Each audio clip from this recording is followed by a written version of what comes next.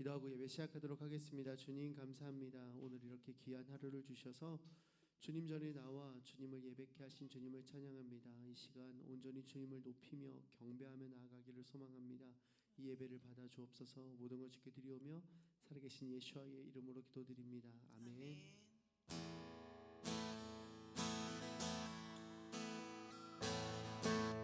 온 세계와 열방으로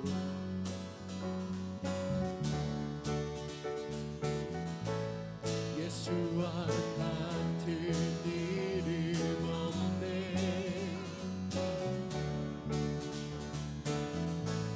죄악과 어두운 세상 유일한 소망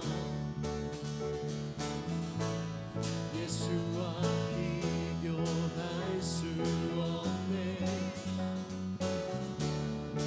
온 세계와 열방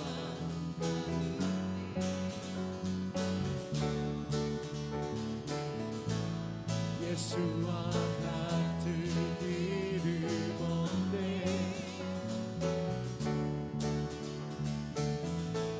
죄악과 어두운 세상 유일한 소망 예수와 비교할 수 없네. 모든 민족을 구원할 이름 예수 그 발 앞에 어때도 산 무너지리. 모든 민족을 구원할 이름 예수 그 발 앞에 어때도 산 무너지리. 영광의 이름 예수 찬양하리. 처음과 나중 되신 주 영광의 이름 예수 경배하리. 온 세계와 열방을 구원하실 주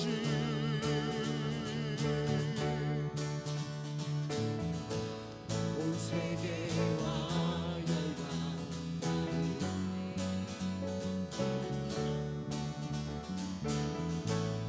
예수와 같은 이름 없네.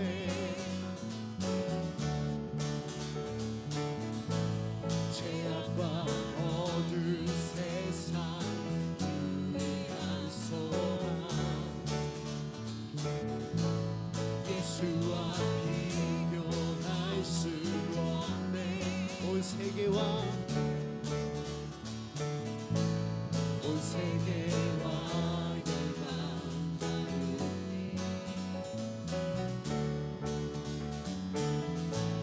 예수와 같은 이름 없네.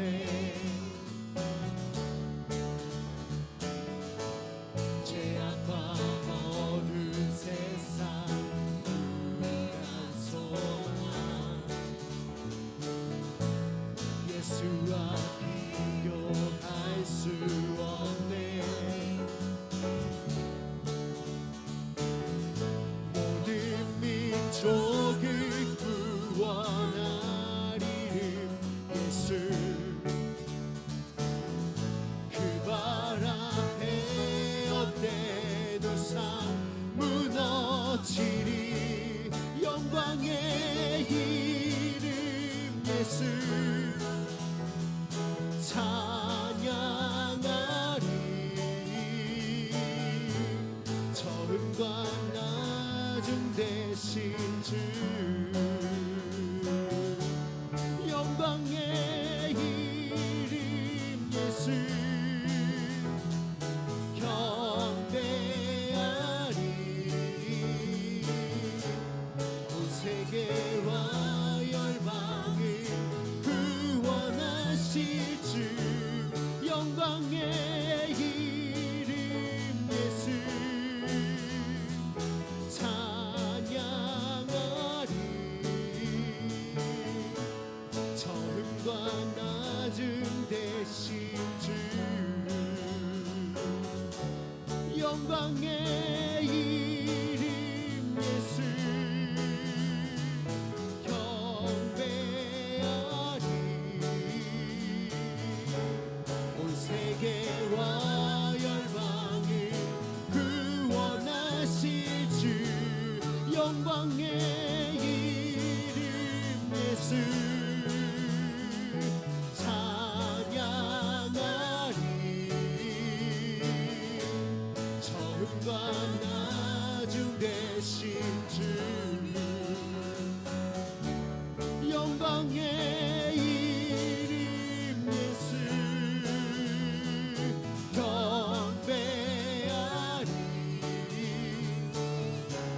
온 세계와 열방을 구원하실 주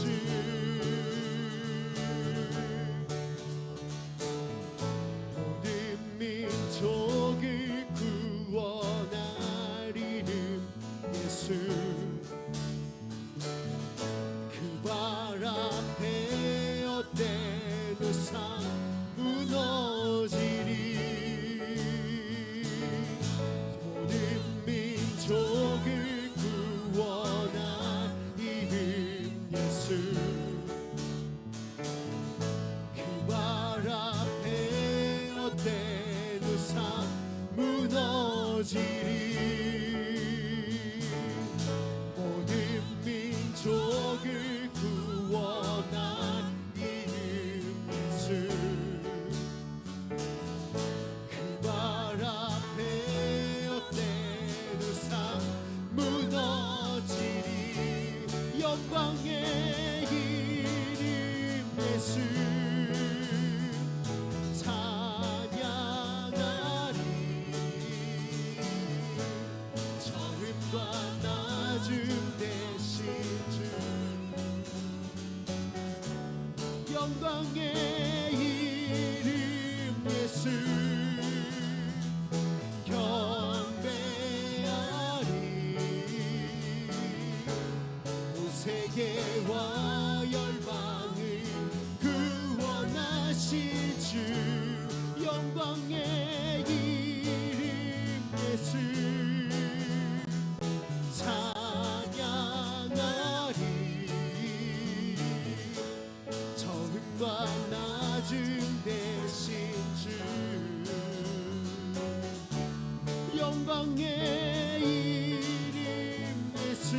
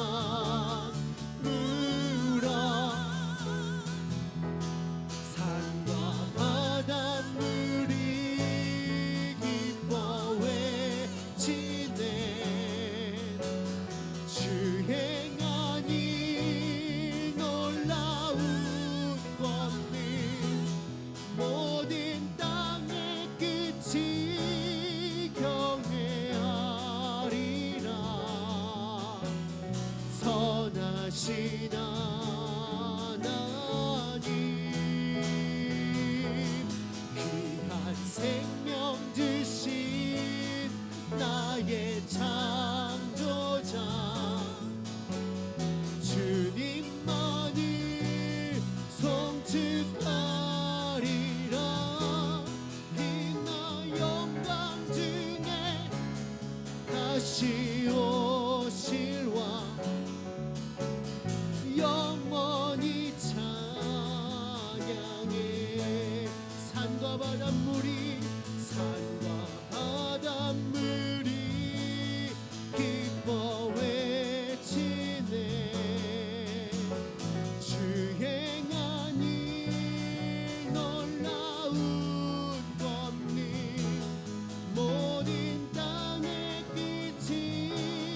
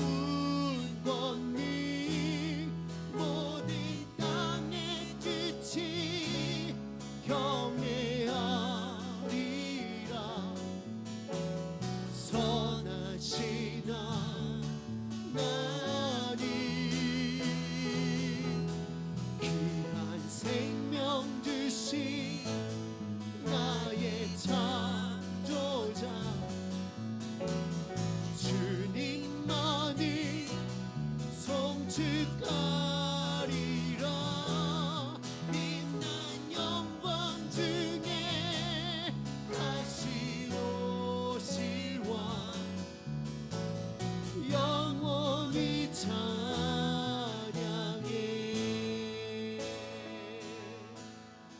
아무도 예배하지 않는 그곳에서 주를 예배하리라. 아무도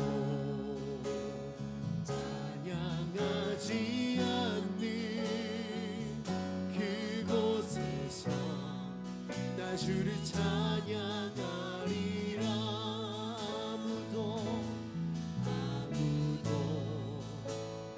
예배하지 않는 그곳에서 주를 예배하리라. 아무도 찬양하지 않는 그곳에서 나 주를 찬양하리라. 누구도 헌신하지 않는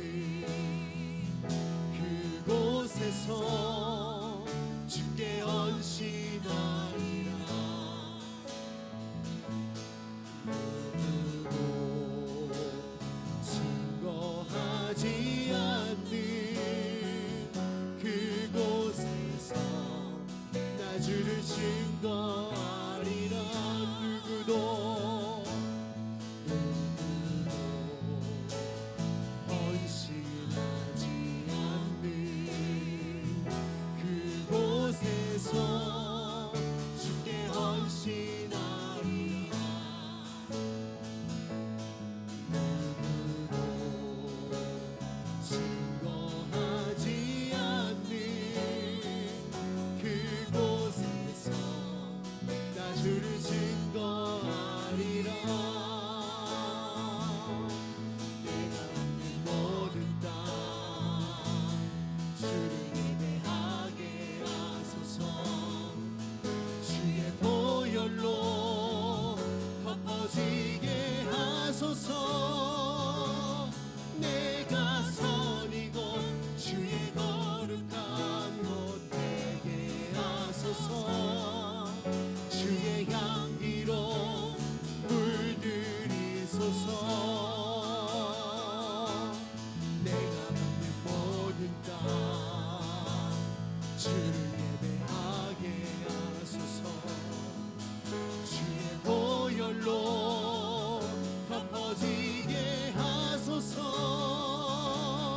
내가 선 이곳 주의 거룩한 곳 되게 하소서.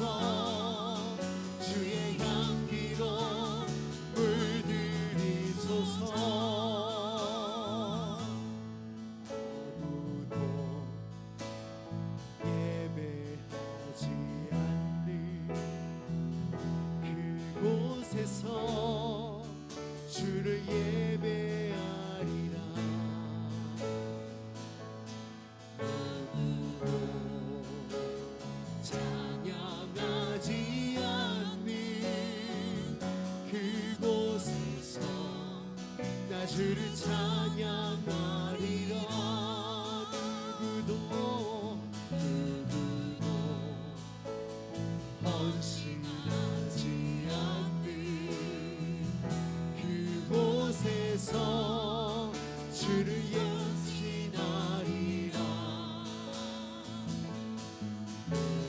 누구도 증거하지 않는 그곳에서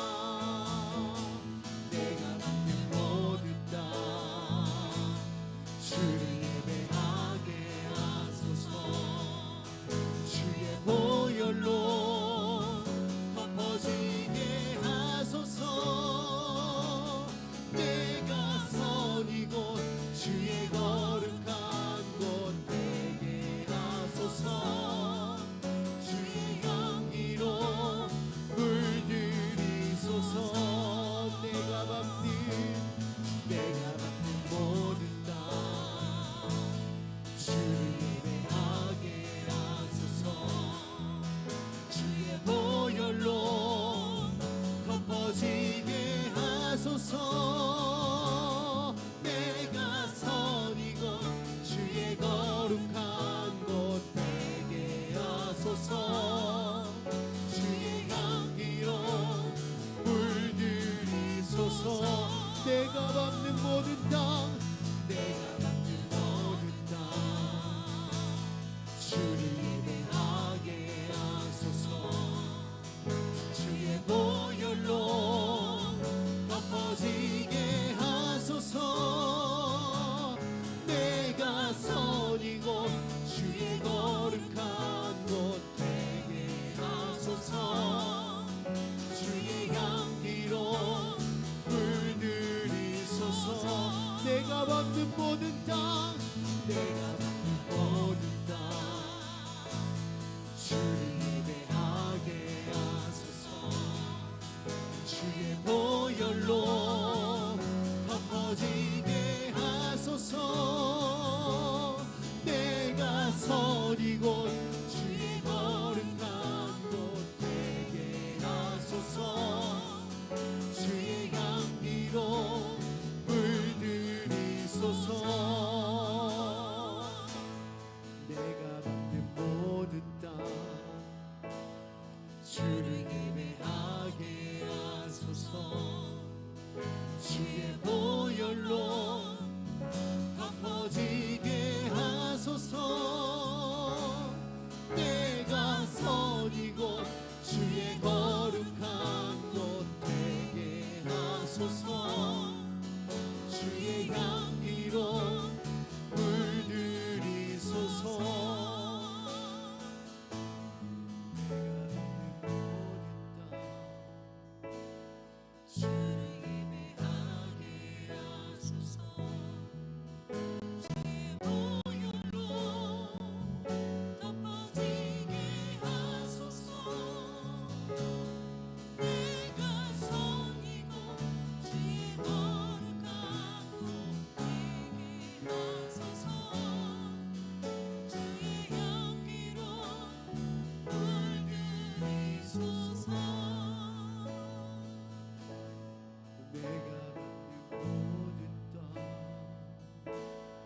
주를 예배하게 하소서.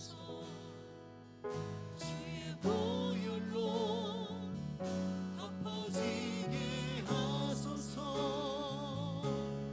내가 선 이곳 주의 거룩한 곳 되게 하소서. 주의 향기로 물들이소서. 내가 밟는 모든 땅, 주를 예배하게 하소서. 주의 보혈로 덮어지게 하소서. 내가 선 이곳 주의 거룩한 곳 되게 하소서. 주의 향기로 물들이소서.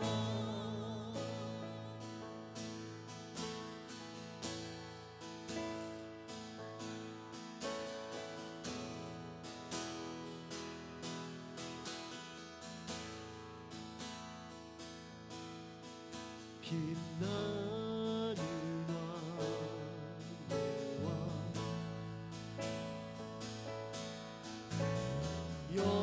영광의 주님, 온 땅 기뻐하라.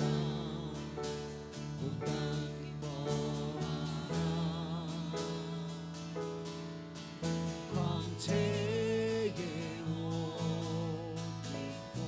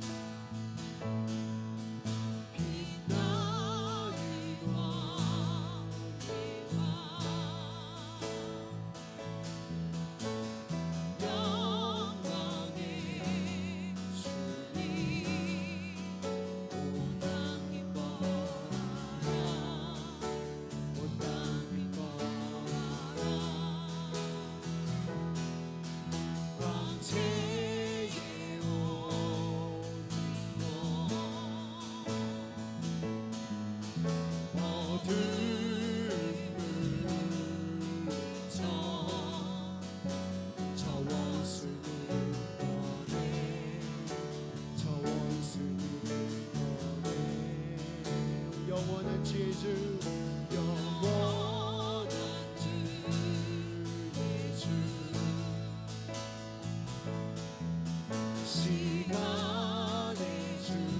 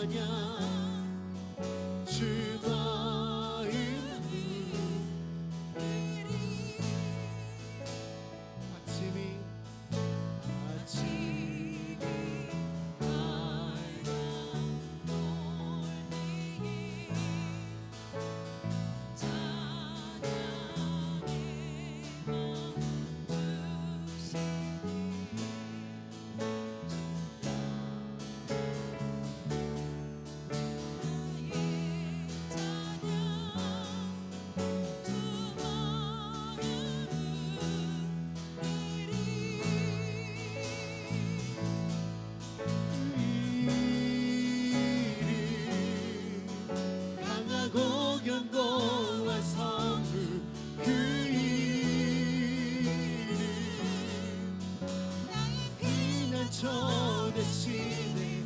그 이름 구원의 반석 되시니 온 열방이 다 찬양하네. 그 이름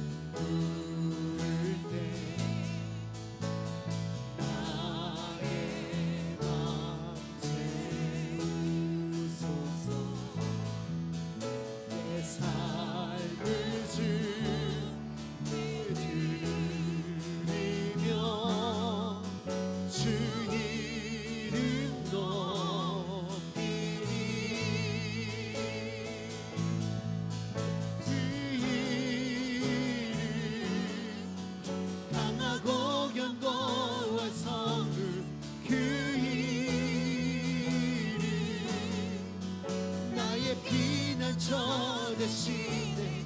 그 이름 구원의 되시니 온 열방이 다 찬양하네. 그 이름 강하고 견고한 성물. 그 피난처 되시네. 그 이름 구원의 능력 되시니 온 열방이 다 찬양하네. 그 이름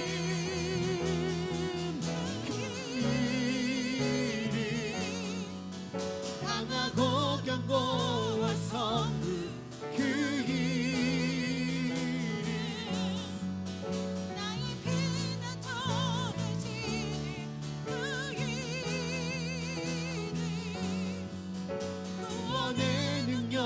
되시니 온 열방이 다 찬양하네. 그 이름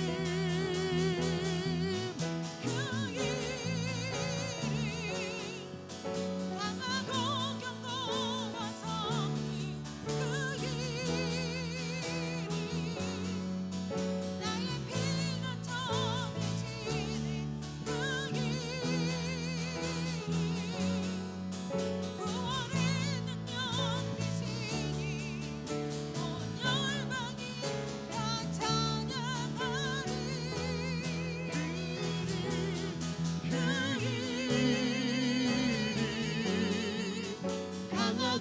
견고한 성물.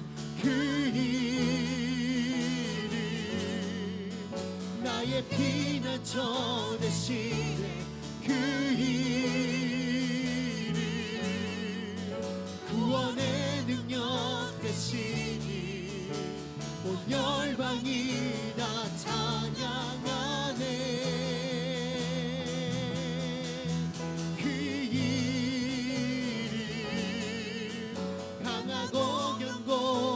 성물. 그 이름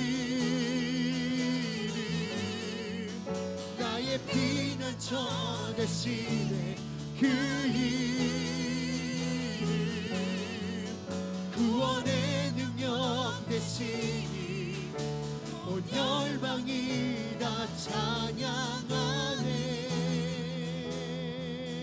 그 이름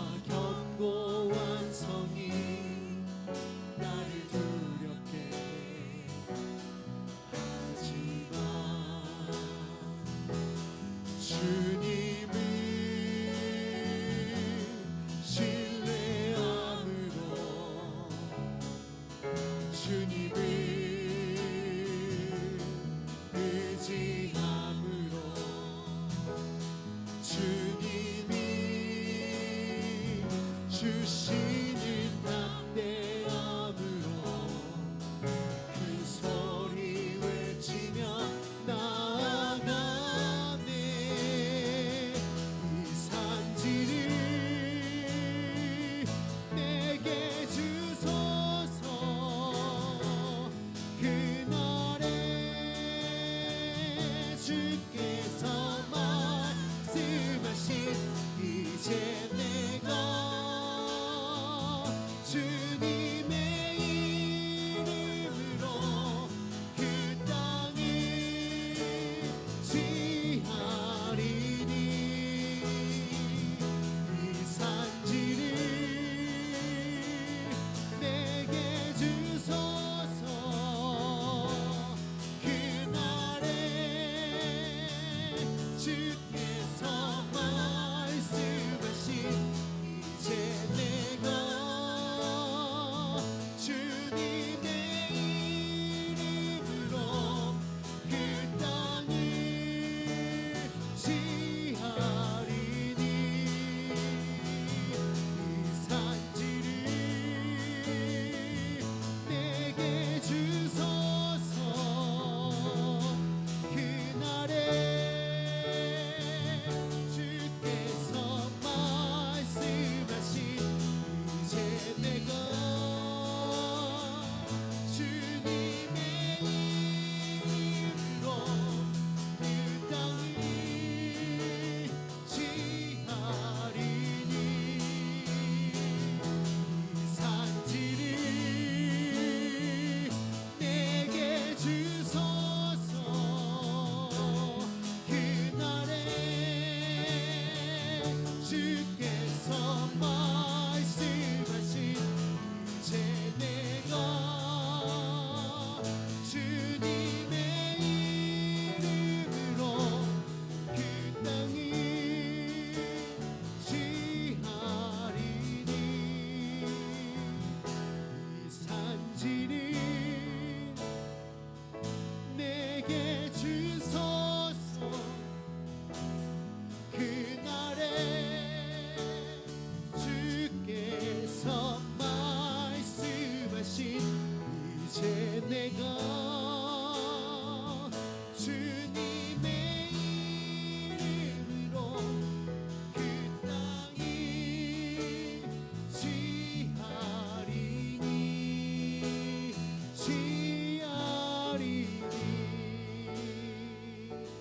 이 산지를 내게 주소서. 그날에 주께서 말씀하신 이제 내가 주님의 이름으로 그 땅을 취하리니.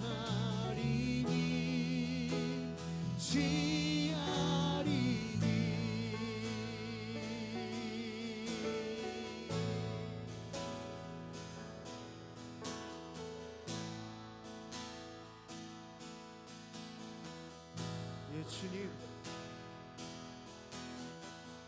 당신이 보이신 땅으로 나아가기를 소망합니다.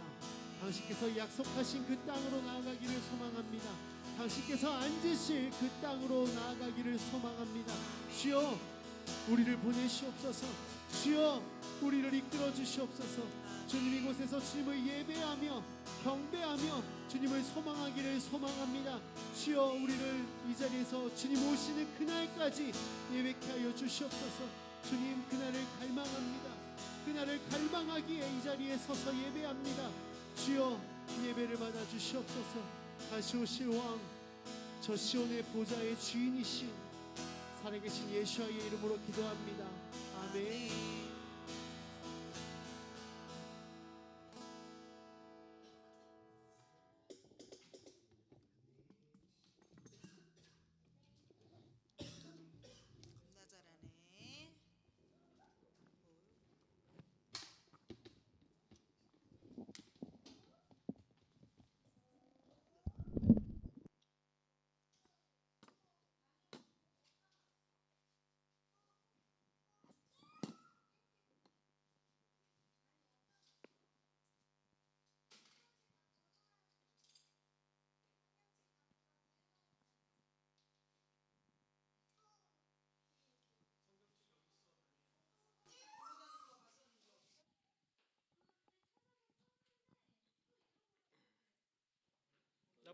것 같은데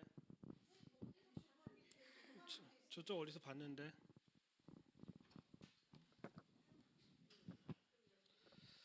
자, 우리 말씀 보겠습니다. 요한복음 16장 25절부터 33절까지.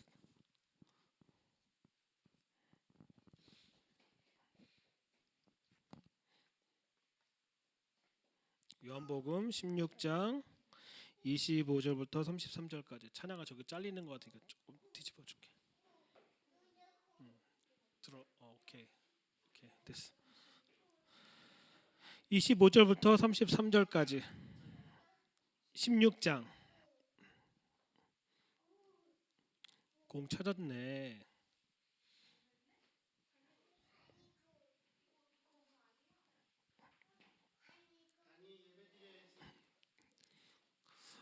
앉아.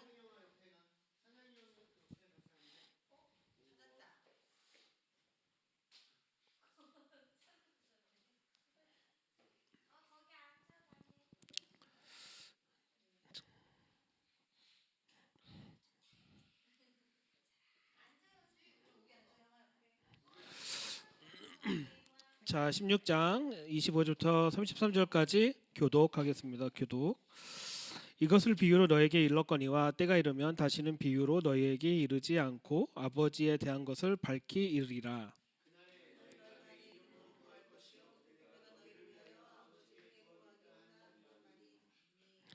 이는 너희가 나를 사랑하고 또 내가 내 하나님으로부터 온 줄 믿음으로 아버지께서 친히 너희를 사랑하심이라.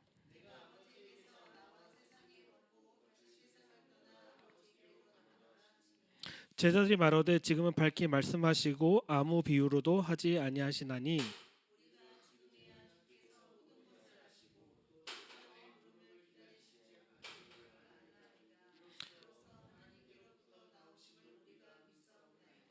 예수께서 대답하시되 이제는 너희가 믿느냐.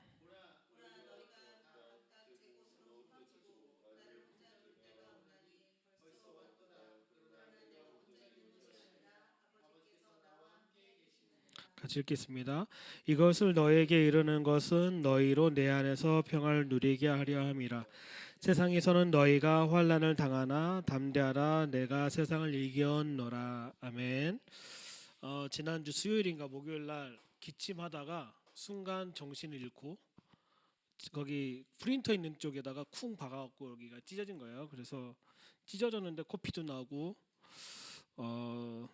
이 4월 달과 5월 달이 저 개인적으로 힘든 시간이에요. 왜 힘드냐면 알러지 때문에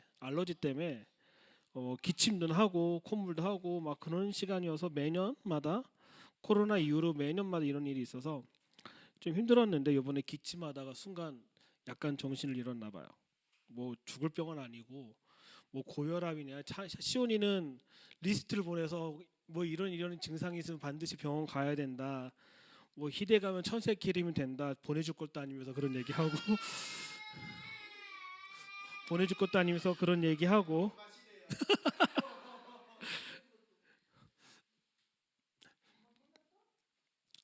자, 그래서 이제 숨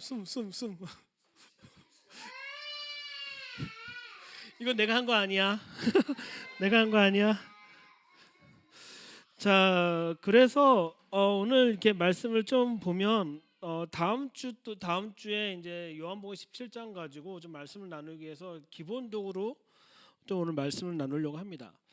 요한복음 같은 경우는 되게 중요한 거예요. 성전 사상으로 되어진 말씀이고 개인적으로 제가 정말 좋아하는 말씀이고 개인적으로 좋아하는 장이고 근데 한 번도 이 부분에 갖고 설교를 해본 적은 별로 없는 것 같아요. 왜냐하면 제가 이제 박사 논문을 쓰면서 거의 이제 다 쓰다가 이제 옮겨야 될 상황에 대해서 옮겼기 때문에 이걸로 설교를 해야 되나 말아야 되나 고민도 있었지만 이제 조금씩 요한복음을 좀 다뤄도 좋겠다라는 생각이 있어서 오늘 이 말씀을 나눕니다. 그러니까 17장을 이해하려면 16장의 이 파트를 좀 이해할 필요가 있어요. 16장은 결국 예수님께서 무엇을 향해 달려가고 있는지에 대한 부문적인 얘기하고 17장을 통해서 17장이 보편적으로 우리는 하나됨의 기도라고 많이 사람들이 얘기하지만 하나됨의 기도가 아니에요. 그거는 그러니까 우리가 성전과 대제사장에 대해서 정확하게 이야기되면은 요한복음 17장은 대제사장 기도예요. 대제사장 기도. 그러니까 대제사장의 핵심적인 기도가 무엇인지를 요한복음 17장을 통해서 다시 한번 정리하는 거죠. 근데 우리가 그 전에 16장 이 부분을 좀 이해하는 것이 왜 중요하냐면 말씀은 한 절로 끝나는 게 아니야, 한 단어로 끝나는 게 아니라 계속 흐름이 있다라는 거예요. 그러니까 각각의 마태, 마가, 누가, 요한은 저자들은 기록을 할 때 목적이 뭐냐면은 그 흐름 속에서 하나님이 얘기하고 있는 포인트가 무엇인지를 얘기하는 거죠. 후대에 장과 절이 추가가 된 거지만 그 전에는 한 가지의 하나의 레터였다라는 거 우리가 좀 보면 이해가 되는 거죠. 그래서 25절을 보면은 이것을 비유로 너희에게 이르렀거니와 때가 이르면 다시는 비유로 너희에게 이르지 않고 아버지에 대한 것을 밝히 이른다라고 얘기해요. 계속 예수님께서 비유로 얘기한 거예요. 비유. 우리가 이 비유란 자체가 너무 많은 어려움이 있지만 분명히 예수님은 비유로 얘기하시고 설명하시고 사도 바울도 뭐라고 표현하냐면 이것은 신비니 하지만 신비에 대해서 다시 설명해 주시고 계속 성경에 있는 모든 말씀들은 어려운 게 아니라 실은 다 풀어서 헤쳐 주시는데 우리 인간이 그것을 이해를 못할 경우가 상당히 많다라는 거죠. 그래서 26절에 보면은 그날에 너희가 내 이름으로 구할 것이요 내가 너희를 위하여 아버지께 구하겠다는 말이 아니니라고 얘기를 해요. 27절에 보면은 이는 너희가 나를 사랑하고 또 내가 하나님 아버지께로 온 줄을 믿음으로 아버지께서 친히 너희를 사랑하심이라는 얘기예요. 우리가 하나님의 말씀을 알아가는데 가장 중요한 게 뭐냐면 하나님을 사랑하냐는 질문이에요. 사랑하느냐? 하나님 사랑하시죠? 예수님 사랑하시죠? 성령님 사랑하시죠? 중요한 건 사랑한다 고백을 하는데 중요한 건 나의 삶의 방향은 전혀 그쪽으로 가지 않고 있다는 거예요. 우리가 자녀를 키우고 여기 다니엘이 있으니까 다니엘 너무 사랑하잖아요. 이 부부가 모든 삶의 방향이 어디 가 있어? 다니엘에 가 있잖아. 너도 저도 찬양이 키우고 하임이 키우고 하나 키울 때 특히 미안한 얘기지만 하나 키울 때 나의 삶의 방향이 더 많이 꺾였던 것 같아 하나한테. 왜냐하면 사랑이란 자체는 나의 삶의 방향을 정확하게 바꿔내는 힘이 있기 때문에 그런 거죠. 그러니까 예수님이 내 계명을 지켰느냐 안 지켰느냐 질문을 하는 게 아니라 첫 번째 너희가 날 사랑하면이라는 전제를 항상 까는 이유가 뭐냐면 너희가 그 삶의 방향이 분명히 있냐는 거죠. 하나님을 믿는다는 것과 하나님을 사랑한다는 것과 무슨 차이가 있다라는 거예요. 나의 삶의 방향이 거기에 있는지 없는지에 대한 궁극적인 방향성에 관한 문제를 얘기하는 거죠. 그래서 27절 후반절에 보면 아버지께서 친히 너희를 사랑하십니다라고 얘기를 해요. 내가 너희 하나님부터 아버지부터 온 것을 너희가 믿으면 하나님 아버지가 너희를 사랑한다고 얘기하고 있는 거예요. 28절에 보면은 내가 너희 아버지께 너와 세상에 왔고 다시 세상을 떠나 아버지께로 가노라. 예수님께서 죽으시고 부활하시고 승천하는 거에 관한 거를 지금 쭉 얘기하고 있는 거죠. 그래서 제자들이 말하되 지금은 밝히 말씀하시고 아무 비유로도 하지 아니하시니 우리야 지금의 주께서 모든 것을 아시고 또 사람의 물음을 기다리신 줄을 아닌 줄을 안다라고 하면서 이로써 하나님께 나오신 우리가 믿사옵니다라고 얘기합니다. 그러니까 뭐라고 얘기하냐면은 예수님 당신이 하나님 아버지부터 오신 걸 이제서야 제자들이 믿는다라고 얘기하는데 질문. 제자들이 정말 이 고백이 실제로 믿어서 했을까? 아니면 믿지 않고 얘기했을까? 질문. 제자들이 정말 예수님께서 하나님 아버지로부터 온 걸 믿었을까? 안 믿었을까? 다시 얘기하면 사복음서를 한번 읽어보면 마태복음 한번 볼까요? 마태복음 28장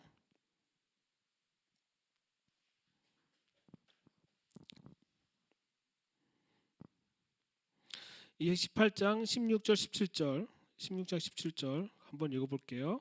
제가 읽겠습니다. 마태복음 28장 16절 17절 11 제자가 갈릴리에 가서 예수께서 지시한 산에 이르러 그러니까 예수님께서 지시한 산으로요. 그러니까 부활하시고 난 다음에 제자들에게 내가 이맘때쯤 여기서 보자라고 하는 그 지시한 산에 약속된 곳에 갔는데 중요한 건 예수를 배웠고 경배하나 아직도 의심하는 사람들이 있다라는 얘기예요. 예수님을 믿지 못하고 있었다라는 거예요. 예수님이 부활하는 걸 믿었다 안 믿었다? 안 믿었다라는 거예요. 그러니까 우리는 다니엘서에서 보면 계속적으로 얘기하고 있는 건 뭐냐면 지식이야, 지식. 구약과 신약 성경의 큰 차이가 뭐라고 생각해요? 그 구약과 신약 성경의 큰 차이.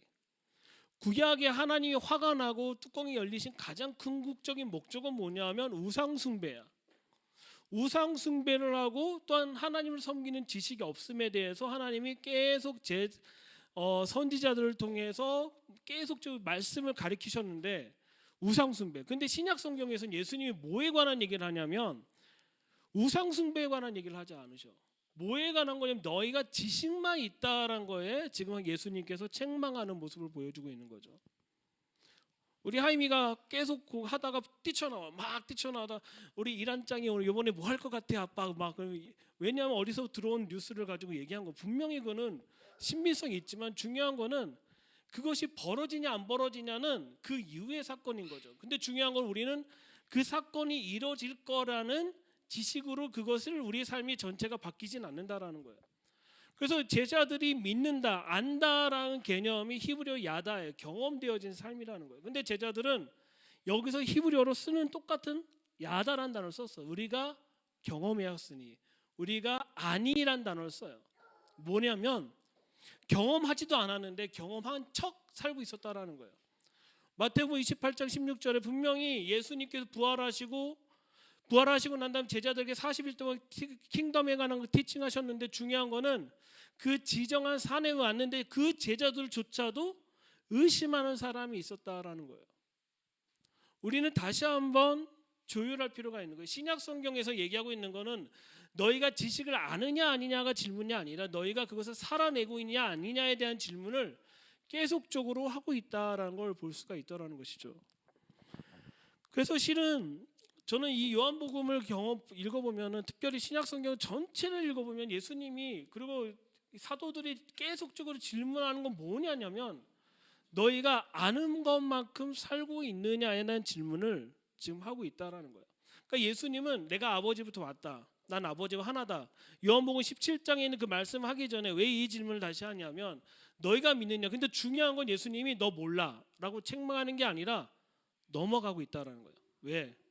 결국은 이것은 언제 이들이 깨달아지는 거냐면 오순절 성령님이 임하시고 난 다음에 그들이 깨달아지고 사라지고 알기 때문에 그렇다는 거죠.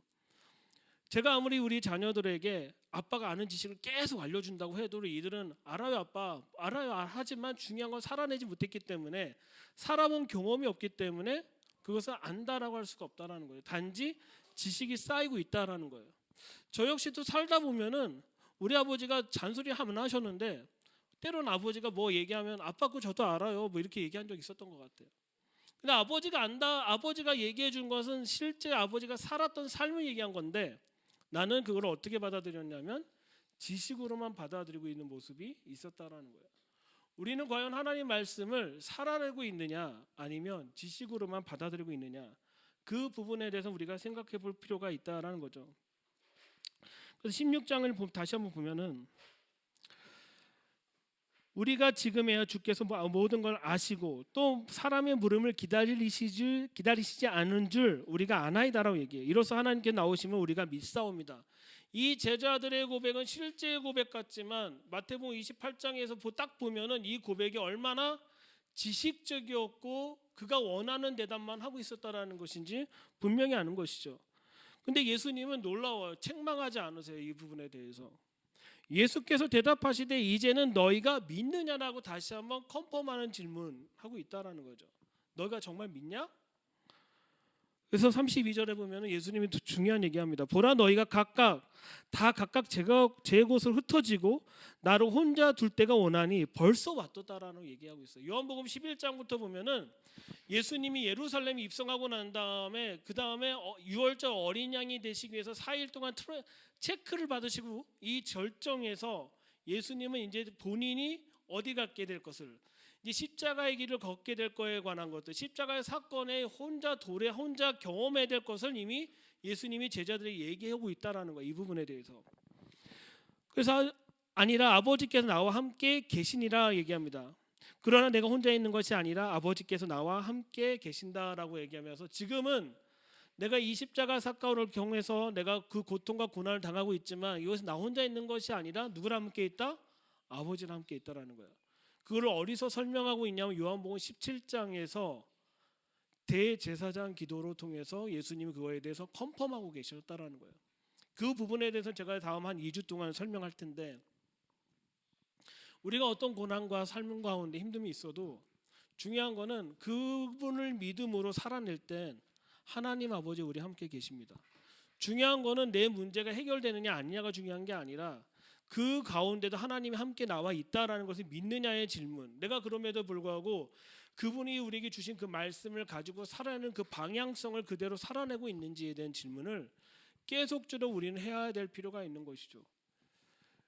제가 이 4월달 되면 이 알러지 때문에 너무 힘든데, 정말 힘든데, 중요한 건 나에게 의지할 것은 알러지약밖에 없었고 알러지약만 먹고, 이제 이때 평상 쓰지도 않은 뭐죠? 코 세척기 쓰고 있고 별걸 다 해도 느낀 결론은 뭐냐면 그것 때문에 나은 게 아니라 시간이 지나면 나. 그냥 나는 그 고통 가운데 힘듦 때문에 막 먹고 약하고 뭐 하고 있어도 결국은 어느 순간 지나면, 그때가 지나면 낫는다라는 걸 늘 느끼면서도 힘들면서도 계속 그걸 하고 있는 것을 보면 우리의 삶과 되게 그런 것 같아요. 우리가 어떤 고난과 역경이 있을 때 문제 해결하려고 다양한 방법 써지만 어느 타이밍이 되면 하나님께서 그 시간을 지나가게 해주신다라는 걸 느끼는 거죠. 그래서 이제 33절이에요. 이것을 너에게 이르는 것은 너희로 내 안에서 평안을 누리게 하려 함이라. 중요한 거는 예수 그리스도에서 평안을 누린다라고 했지만 중요한 거는 세상은 어떻게 하냐면 세상에서 너희가 환난을 당한다고 얘기를 해요. 그러니까 우리가 예수 그리스도를 사랑하고 예수님을 정말 친밀함을 사랑하면 사랑할수록 세상으로부터 평안해지는 것이 아니라 세상으로부터 계속적으로 환난을 당할 수밖에 없는 존재다라는 것을 얘기하고 있는 거죠. 터키에 가면, 아직 터키 저는 우리 아내랑 찬양이 하고만 갔었던 것 같아요. 안탈리아 잠깐 갔었는데, 터키 하면 카타쿰이라는 곳이 있어요. 거기에는 정말 세상과 등지고 살았던 지하교회 성도들의 삶이 살았던 곳이 있었던 거죠. 대략 300년 가까이. 그들은 정치적으로 모든 걸로부터 핍박을 받았기 때문에 땅굴을 파고 살았지만, 중요한 거는 이들이 세상의 핍박을 받는 걸 포기한 게 아니라 세상의 핍박으로부터 선택한 건 뭐냐면 나는 예수 그리스도를 더 사랑하기로 결정했다라는 그들의 라이프 스타일이 있었다라는 거예요. 좀 더 나아가면 2000년 전에 오순절 사건이 있을 때 가장 많은 성도가 누구일 거라고 생각하세요? 이방인일까요? 유대인일까?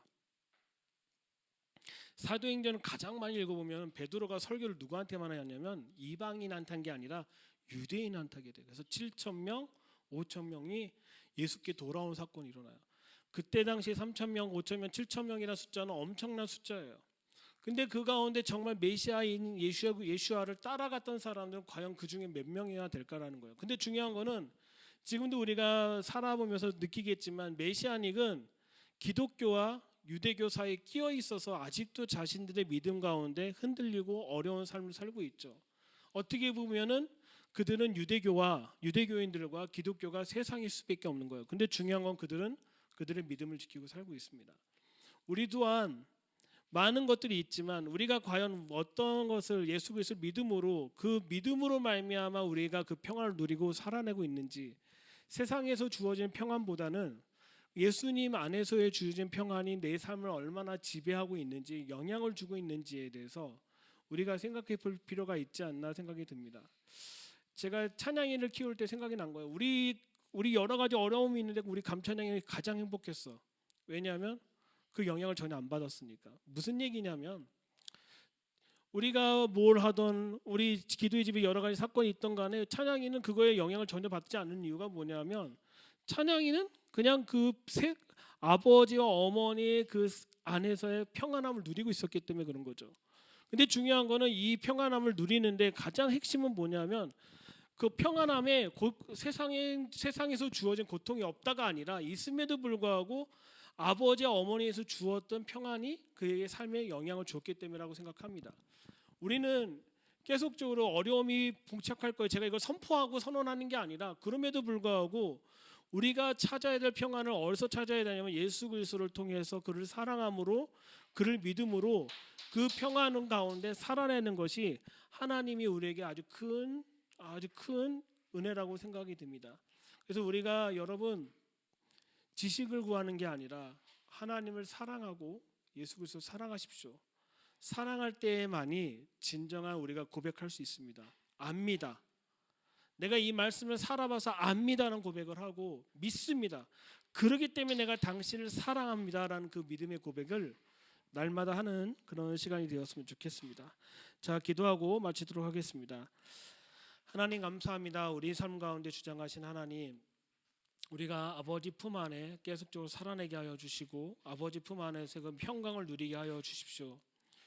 우리가 예수 그리스도를 사랑하는 고백으로 우리가 그 고백을 통해서 살아내며 그 고백을 통해서 세상이 주지 못한 평안을 누리게 하여 주시고 세상에서 주는 그 풍파와 모든 것을 이겨낼 수 있는 힘이 근원이 여기서부터 오게 하여 주시기 원합니다. 우리가 아는 것이 그냥 지식으로 아는 것이 아니라 살아내는 삶이 되게 하여 주시고 삶을 통해서 믿어지게 하여 주시기 원합니다. 계속적으로 우리의 삶을 주장하시고 이끌어 주십시오. 감사하며 예수 그리스도 이름으로 기도드립니다. 아멘.